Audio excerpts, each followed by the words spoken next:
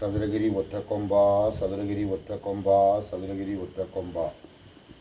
வல்லநாட்டு மணிகண்டா, வல்லநாட்டு மணிகண்டா, வல்லநாட்டு மணிகண்டா. அண்ணாமலர் ருக்கு, அண்ணாமலர் ருக்கு.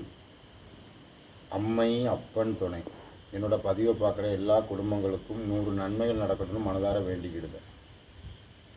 போன பதிவில் இந்த வெள்ளையங்கிரி மலை சாரல், அதாவது வெள்ளையங்கிரி மலையை சார்ந்து வனத்தில் சுற்றிய ஒரு யானை, கிணத்துக்குள்ளே விழுந்த யானையை பற்றி பேசியிருப்பேன். இப்போ 2வது யானை அக்டோபர் 2ஆம் தேதி கோயிலுக்குள்ளே, அதாவது வெள்ளையங்கிரி கோயிலுக்குள்ளே உடச்சி வந்தது 1, கிணத்துக்குள்ளே விழுந்தது 1, 2. இந்த 2 யானையும் இந்த வெள்ளையங்கிரி வனத்தில் இருந்து இந்த இதுக்குள்ளே அப்படியே உலா வரும். இந்த 2 யானை ரெண்டும் இந்த பசுக்களுக்கு புண்ணாக்கு தவிடு வைக்கிறது அதை சாப்பிடும், அரிசி வச்சுருந்தா அரிசி சாப்பிடும்னா, இதுக்கெல்லாம் காரணம் என்னென்னு கேட்டிங்கன்னா, இந்த வெள்ளையங்கிரி அடிவாரத்தில் அன்னதானம் போடுதோம்னு சொல்லி இந்த சாப்பாடுகள் எல்லாம் அது வேஸ்ட் ஆகிறத பூரா கொண்டு வந்து ஒரு இடத்துல போடும்போது இந்த வனத்தில் உள்ள உயிரினங்கள் அதை உண்டு பழகும்போது அதை தேடி தான் வரும்.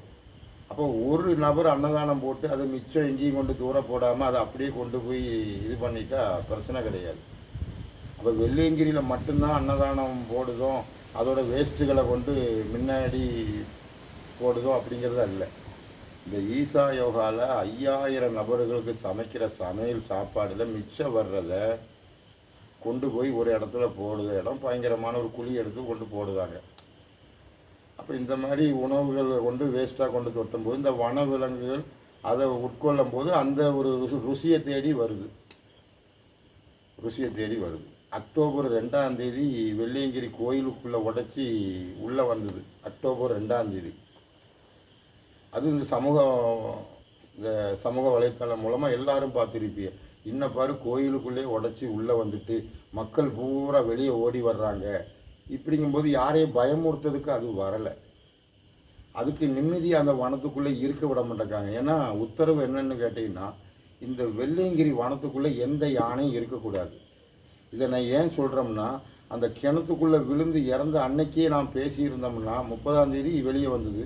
நான் 1ஆம் தேதி பேசியிருந்தோம்னா 2வது ஒரு யானை இறந்துருக்காது, 3வது ஒரு யானை இறந்துருக்காது. இது எதுக்கு நமக்கு அப்படின்னு நினைக்கல. ஆனால் இது என்னன்னு தெரிஞ்சுக்கிட்ட அப்புறம் நம்ம பேசிக்கிடுவோம். என்ன நடந்ததுன்னு தெரியட்டும் முழுமையாக அப்படிங்கிறதுக்கு வேண்டி நான் இருந்தேன். ஆனால் அன்னைக்கு இருந்தது தவறுன்னு நான் இப்போ நினைக்கிறேன். இப்போ கிணத்துக்குள்ளே விழுந்து ஒன்று இறந்து போச்சு.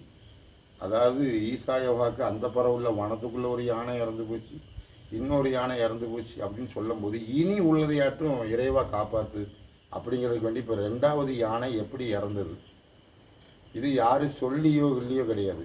ஏன்னா என்னோட 1000 வீடியோ இருந்ததுன்னா இந்த 1000 வீடியோவிலையும் யானையை பற்றி மட்டும்தான் பேசியிருப்பேன். யானை எனக்கு என் ஆத்மா விட எனக்கு ஆணையோட ஆத்மா தான் பெருசு. நான் ஒரு ஆலயத்தில் போய் ஆண்டவனை கும்பிட்றனோ இல்லையோ, அந்த ஆலயத்துக்கு வாதில் நிற்கிற ஆணை இருக்கா இல்லையா, இருந்த ஆணை எங்கே புதைக்கப்பட்டிருக்கு, அதாவது இறந்து போச்சு, வயசாகி இறந்து போச்சு, புதைக்கப்பட்டிருப்பாங்க. அந்த இடத்துல போய் நான் பிரார்த்தனை பண்ணுவேன். இப்போ கடைசியாக என்னோட இதில் இருக்கிற யானை நெல்லையப்பர் கோயில் யானை காந்திமதி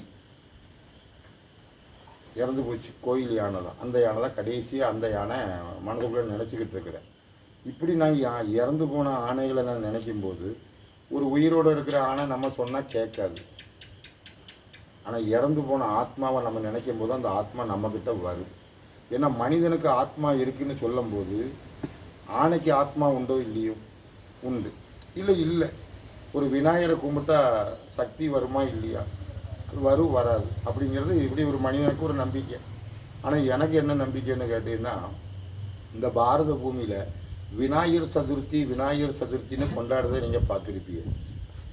அப்போ நான் எப்படின்னா விநாயகின்னு நான் கும்பிடக்கூடியவன்.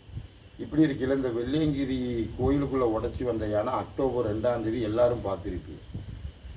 அப்புறம் அந்த யானை 12ஆம் தேதி வனத்துக்குள்ளே இறந்து போச்சுன்னு நான் நாளிதழில் பார்த்தேன். இந்த யானை இறந்து போச்சு. அப்போ நாளிதழில் படிக்கும்போது என்ன ஆகுதுன்னா சந்தேகம் அங்கே தான் வருது. 12ஆம் தேதி நாளிதழில் வருது. வனத்துக்குள்ளே ஒரு யானை இறந்து போச்சு. அது மருத்துவ பரிசோதனையில் இயற்கையாக இறந்து போச்சு. ஆனால் யானை இறந்து போனது 12ஆம் தேதி பேப்பரில் வரும்போது நேற்றைக்கு முன்தினம்னா நேற்று 11 10ஆம் தேதி இறந்தது பார்த்த மாதிரி அதில் சொல்லியிருந்தது. 10ஆம் தேதி அப்போ இறந்துருக்கணும், 12ஆம் தேதி வந்திருக்கு. நாளிதழில் வந்திருக்கு. இந்த நாளிதழில் வரும்போது நேற்றைய முன்தினம்னு என்ன செஞ்சுக்கிட்டு இருந்திய அப்படிங்கிற ஒரு இதுதான். அப்போ யானை என்னைக்கு இறந்ததுன்னு கரெக்டாக அதில் சொல்லலை. நேற்றைய முன்தினம் நாங்கள் பார்த்தோம், அழுகிய நிலையில் இருந்தது. அப்படின்னா 10ஆம் தேதியாக உண்மையிலே இறந்துருக்கும்? கிடையாது. ஏன்னு கேட்டிங்கன்னா செப்டம்பர் 28ஆம் தேதி ஞாயிற்றுக்கிழமை. அப்போ ஈசா யோகாக்குள்ளே பலாமரத்தில் எந்த காய் கூட கிடையாது. ஒரு மரத்தில் பலாப்பழமே இல்லை.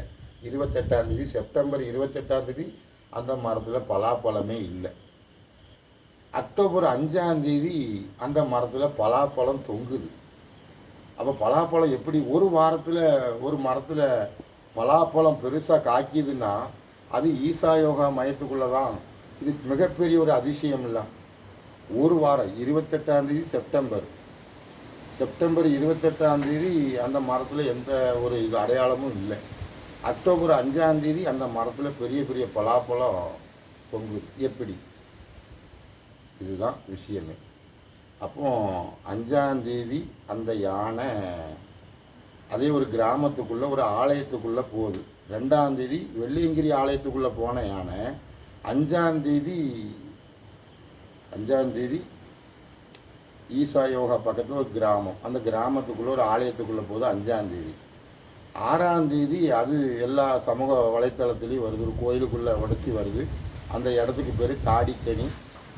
அது ஈசா யோகா அருகில் ஒரு ஆலயத்துக்குள்ளே உள்ளேருந்தே வெளியே வர்ற மாதிரி எல்லாம் பார்த்தோம் வச்சோம். அப்போது 5ஆம் தேதி அந்த மரத்தில் 28ஆம் தேதி மரத்தில் பலாப்பழம் இல்லை. 28ஆம் தேதி அதுக்கு மறுவாரம் ஞாயிற்றுக்கிழமை 5ஆம் தேதி அக்டோபர் 5ஆம் தேதி அந்த மரத்தில் இருக்குது. 6ஆம் தேதி அந்த யானையோட இது ஒரு ஆலயத்துக்குள்ளே போச்சு அப்படின்னு எல்லாம் பார்த்துருப்பீங்க. ஒரு கோயிலுக்குள்ளேயே ஆனை உள்ளே போயிட்டு வருதுன்னா அப்போ கடவுளே நீ வெளியே வா, எங்களுக்கு நிம்மதி கிடையாது. நாங்கள் அந்த வனத்துக்குள்ளே எங்களை வாழ விட மாட்டேங்கிறாங்க, எங்களை சுதந்திரமாக போக விட மாட்டேங்கிறாங்க அப்படின்னு ஒரு காரணத்தை மனிதன் கூடுற இடத்துல போயாட்டு நம்ம சொல்லுவோம். அப்படிங்கிறதுக்கு தான் ஆலயத்துக்குள்ளே உடச்சி வந்தது. ஆனால் வெள்ளியங்கிரி கோயிலுக்குள்ளே உள்ளே போன யானை உள்ளே வந்துட்டுன உடனே எல்லோரும் வெளியே ஓடுறது இதெல்லாம் நீங்கள் பார்த்துருப்பீங்க. கோயிலுக்குள்ளே ஓடுறத பார்த்துருப்பீங்க. அந்த யானை இறைவங்கிட்ட முறையிட வந்த மாதிரி அந்த யானை 2ஆம் தேதி வந்தது, 5ஆம் தேதி இந்த இடத்துக்குள்ளே வந்தது, 12ஆம் தேதி பேப்பரில் தெரியுது ஒரு யானை மர்மமான முறையில் இயற்கை மரணம் ஆயிட்டு இறந்துட்டு. அப்படின்னா அந்த மரத்தில் பலாப்பழமே இல்லை. மறு ஞாயிற்றுக்கிழமை அதாவது 7 நாள் கழித்து அந்த மரத்தில் பலாப்பழம் தொங்குது. இது எப்படி? அப்போ இதுதான் விஷயம். அப்போ அந்த யானை இறந்து போச்சு. அப்போ எத்தனாம் தேதி இறந்துருக்கணும்னா 6ஆம் தேதி இறந்துருக்கணும், இல்லை 7ஆம் தேதி இறந்துருக்கணும். ஆனால் 8ஆம் தேதி இது வெளியே தெரியும் போது என்ன இந்த வெள்ளியங்கிரி இந்த ஈசா யோகாவை சார்ந்தே இறந்து போகுதுன்னு ஒரு சந்தேகம் வரக்கூடாதுங்கிற காரணத்தினால பெரிய நாக்கியம்பாளையம் காரமடை அதாவது மேட்டுப்பாளையம் போகிற ரோட் மக்னா யானை ஒரு மர்மமான முறையில் தலையில் அடித்து இறக்கப்பட்டது. ஏதோ ஒரு மர்மமான முறையில் இறந்து கிடக்குன்னு 8ஆம் தேதி பேப்பரில் வருது. இது 12ஆம் தேதி பேப்பரில் வருது. அப்போ 7ஆம் தேதி இந்த யானை இறந்துருக்கணும், 8ஆம் தேதி அங்கே அதாவது இந்த ஏரியாவில் இருக்கக்கூடாது, கொஞ்சம் மாற்றி இறந்துருந்தால் நமக்கு யாருக்கும் சந்தேகம் வராத ரீதியில் அங்கே ஒன்று செஞ்சிட்டாங்க. மக்னா யானை இறந்து போச்சு காரமடை 8ஆம் தேதி பேப்பரில் வருது. அப்போ அது 7ஆம் தேதி அது இறந்துருக்கணும். அதே போல் இது 7ஆம் தேதி இறந்துருக்கணும், இது 6ஆம் தேதி இறந்துருக்கணும். செப்டம்பர் 28 அந்த மரத்தில் ஒன்றுமே கிடையாது. அக்டோபர் 5ஆம் தேதி அந்த மரத்தில் பெரிய பெரிய பலாப்பழம் தொங்குது. எப்படி ஆணி அடித்து வைக்க முடியாது. அப்போ இதுக்கு தக்கன ஒரு பெரிய கண்டுபிடித்தோம் இவங்க கண்டுபிடிச்சிருக்கிறாங்க. மரத்தில் வந்து ஒட்டி வச்சிருக்கிற மாதிரி செட் பண்ணி ஆணையை அது உள்ளே வர வைக்கிறாங்க. வர வச்சு இறந்து போச்சு. கொண்டு போய் வனத்துக்குள்ளே போட்டுட்டாங்க. இதில் மருத்துவர் பரிசோதனையில் அது இயற்கை மரணம் அது இல்லை. ஏன்னு கேட்டீங்கன்னா ஒரு நாளிதழில் வருது, 12ஆம் தேதி நாளிதழில், நேற்றைய முன்தினம் என்ன செஞ்சிய, நேற்றைய முன்தினம் அழுகிற நிலையில் ஒரு யானை இறந்து போச்சு அப்படின்னா 5ஆம் தேதி வந்திருக்கு, 2ஆம் தேதி வந்திருக்கு, இப்போ 12ஆம் தேதி பேப்பரில் வருது இறந்து போச்சு. அது இன்னதுனான்னு யார்கிட்டையும் சொல்லலை, மறைமுகமாக வச்சுக்கிட்டாங்க. அப்போ இந்த மரத்தில் பலாப்பழம் இல்லாத மரத்தில் மறுவாரம் எப்படி பலாப்பழம் வந்தது? அப்போ அந்த பலாப்பழத்தை சாப்பிட்டு இந்த யானை இறந்துருக்கும். அப்போ இந்த மருத்துவர் இருக்கார் இல்லையா, மருத்துவருக்கு உண்மை தெரியும். ஏன்னா செல்வம், மணி பவர், மணி இருந்தால் பவர் தான் அப்படின்னு நினச்சிக்கிட்டாங்க. ஆனால் இந்த காசு பணத்தெல்லாம் வாங்கி உன் பிள்ளைக்கு ஒரு பிஸ்கட் வாங்கி கொடுத்திய, உன் குடும்பத்துக்கு நீ அரிசி வாங்கி கொண்டு போனால் அந்த அரிசி உங்களுக்கு இப்போ ஜீரணிக்கலாம். ஆனால் உங்கள் குடும்பத்தில் வளர்ந்து வர்ற குழந்தை குட்டிகள் இருக்கு இல்லையா, அது பின்னாடி கஷ்டப்படும். ஐயோ எவன் செஞ்ச பாவமாக தெரியலையே என்ன பிடிச்சிக்கிட்ட அப்படின்னு. அப்போ அந்த மருத்துவர் ஒரு செல்வந்தரன் சொல்லி செய்யக்கூடிய வனத்தை நேசிக்கிறவன் வனத்துறையில் இருக்கிறோம். ஆனால் அவங்களால ஒன்றும் செய்ய முடியாது. ஏன்னா என்ன சொல்கிறாங்கன்னா பிரதமரே அவர் கையில் இருக்கிறாரு, ஜனாதிபதியே கையில் இருக்கிறாரு, எல்லாரும் கையில் இருக்கிறாருன்னா ஆண்டவன் அவர் கையில் கிடையாது. இந்த எல்லா தலைவர்களும் உலகம் பூரா தெரிகிற தலைவர்கள் இருந்தாலும் ஆண்டவன் அவங்க பக்கம் கிடையாது. ஆண்டவன் ஒன்றுமே இல்லை. ஏன்னா நான் இதே போல் நான் ஆரம்பத்திலே நான் சொல்லியிருப்பேன், உலக விலங்குகளில் எனது பேர் மீனாட்சி. உலக விலங்குகளில் என் பேர் மீனாட்சி. நானும் ஒரு விலங்கு இனத்தை சேர்ந்தவன் மாதிரி தான். நானும் ஒரு தாயிலிருந்து பால் குடித்தேன். மற்றுள்ள உயிரினமும் பால் ஊட்டி இனம். அதே போல் நானும் ஒரு விலங்கு இனம். அந்த விலங்கு இனத்தில் எனக்கு மனுஷன் பேர் நம்ம சொல்லிக்கலாம். இதில் எனக்கு ஒரு விஷயம் என்னென்னு கேட்டிங்கன்னா, இந்த யானை எப்படி இறந்தது? பலாமரத்தில் பலாப்பழம் இல்லை, மறுவாரம் பலாப்பழம் இருக்குது. ஆனால் 5ஆம் தேதி இரவு இறந்துருக்கணும், தூக்கி உள்ளே கொண்டு போட்டாங்க. இது வெளியே தெரியாமல் இருக்கிறதுக்கு மக்னா யானை இறந்து போச்சு. அப்போ அங்கே ஒன்று இறந்து போச்சு, இங்கே ஒன்று இறந்து போச்சுன்னா ஏற்கனவே ஒன்று இறந்துருக்கு, மறுபடியும் ஒன்று இறந்து சந்தேகம் ஆகும் தான் அங்கே ஒன்று இறக்க வச்சுட்டு இங்கேயும் ஒன்று இறந்துட்டாங்க. அப்போ இது நான் அன்னைக்கு எனக்கு கிணத்துக்குள்ளே விழுந்த யானையை பற்றி பேசியிருந்தா இது நடந்திருக்காது. ஆனால் 2 உயிர் போச்சு. இறைவா இது யார்கிட்ட சொல்வது? நான் இருக்கிற இடமும் ஒரு பெரிய இடம், தாயம்மா ஆத்தாவோட இடம். இந்த இடத்துல இருந்துக்கிட்டு இதெல்லாம் நம்ம பேசினோம்னா இந்த இடத்துக்காரங்களுக்கு சாமியாரே ஒன்றை ஏன் வச்சுருந்தேன், நீங்கள் இடத்த பார்த்துக்கோ இதை பார்த்துக்கோன்னு சொன்னால் நீ எதுக்கு இதெல்லாம் பேசுகிற வைக்கிறேன்னு கேட்பாங்க. அப்போ நான் இவங்களுக்கு பயப்படவா, ஆண்டவனுக்கு பயப்படவா, இல்லை உங்கள் செல்வாந்தரவுக்கு பயப்படவா? ஏன்னா நான் மனித இனத்துக்கு யாருக்கு நான் பயப்பட மாட்டேன். நான் பயப்படக்கூடியது ஆணையோட ஆத்மாவுக்கு மட்டும்தான்.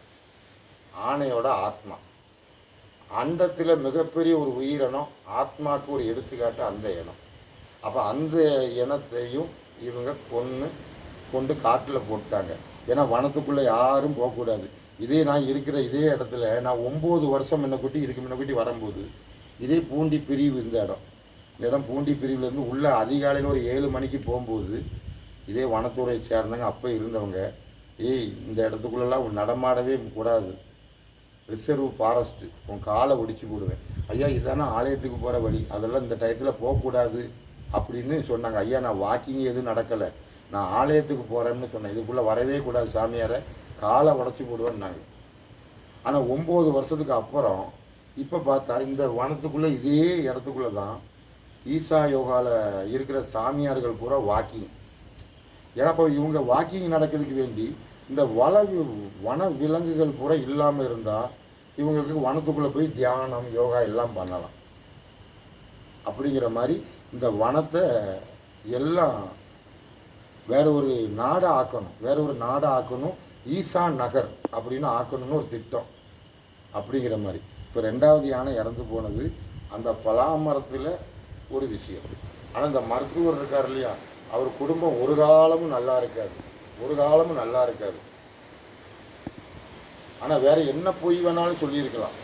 ஒரு சர்ப்பம் தீண்டி இறந்து போச்சு, எப்படி வேணாலும் சொல்லியிருக்கலாம். ஆனால் இயற்கையாக மரணம் ஆயிட்டுன்னு சொன்ன பற்றியா, அங்கே தான் போய். ரெண்டாவது நாளிதழில் இவங்க சொன்னதை மட்டும்தான் நீங்கள் போடுவீங்க. நேற்றைய முன்தினம் அப்போ 10ஆம் தேதி இறந்தது, 12ஆம் தேதி பேப்பரில் வந்துருக்கு. 10ஆம் தேதி இறந்து போனதா சொல்லும் போது 12ஆம் தேதி பேப்பரில் வந்திருக்கு. அப்போ 2ஆம் தேதி கோயிலுக்குள்ளே போச்சு, 5ஆம் தேதி கிராமத்துக்குள்ளே போச்சு, ஞாயிற்றுக்கிழமை. அந்த ஞாயிற்றுக்கிழமை இரவு தான் அந்த யானை இறந்துருக்கணும். அப்போ இரவு ஆகும்போது 6ஆம் தேதி ஆகியிருக்கணும். 6ஆம் தேதி இறந்து போனதை கிணத்துக்குள்ளே கொண்டு போட்டது மாதிரி இதை காட்டுக்குள்ளே கொண்டு போட்டுட்டாங்க. இது சந்தேகம் வராமல் இருக்கிறதுக்கு காரமடையில் ஒரு யானை, மக்னா யானை இறந்து போன மாதிரி காட்டிக்கிட்டாங்க. இது அது 8ஆம் தேதி நாளிதழில் வந்தது, இது 12ஆம் தேதி நாளிதழில் வந்தது. அப்போ இது எல்லாமே செய்கிறது எதற்கு வேண்டி? ஒரு நல்ல ஒரு சத்குரு இறை அனுகிரகம் உண்டுன்னா இதுக்கு துணை இருக்கக்கூடாது, அதை நேசிக்கிறதுக்கு சொல்லணும். அப்போ வெளியே பூரா இப்படி, பின்னாடி இப்படி. ஏன்னு கேட்டால் இங்கே இருக்கிற எல்லா விவசாயிகளுக்கும் ஒரு சங்கம் ஆரம்பித்து அந்த சங்கத்தை பூரா வர வச்சு அவங்களுக்கு ஒரு பார்ட்டி நடத்துகிற ஈசா யோகா மையம். ஏன்னா அப்படி தானே எல்லாருக்கும் எத்தனை ஏக்கர் இருக்குது என்ன ஏதுன்னு கேட்க முடியும், தெரிஞ்சுக்கிட முடியும். அப்போ எல்லாரையும் மெம்பர் மாதிரி வச்சு, இன்றைக்கி நான் கொன்று ஓன் தோட்டத்தில் தான் கொண்டு போடுவேன், அதுக்கு என்ன ஒன்றை உனக்கு தந்துடுறேன். இன்றைக்கி கொன்று ஓன் தோட்டத்தில் தான் போடுவேன், அதுக்கு என்ன ஒன்றை தந்துடுறேன். வனத்துறையை நான் சரி கட்டிக்கிடுதேன், வனத்துறை அமைச்சரை சரி கட்டிக்கிடுதேன். நான் பார்க்காத ஆளா செய்யுங்கப்பா அப்படின்னா அவர் எந்தெந்த நாடோ போயிடுறாரு. ஆனால் வனத்தில் உள்ள உயிரினம் வாயில்லாத ஜீவன் மாதிரி இறந்து போகுது. இது 2வது யானை இறந்து போனது பலாமர கதை. இதுக்கெல்லாம் வெளிச்சம்தான் சாட்சி. அம்மை அப்பன் சொன்ன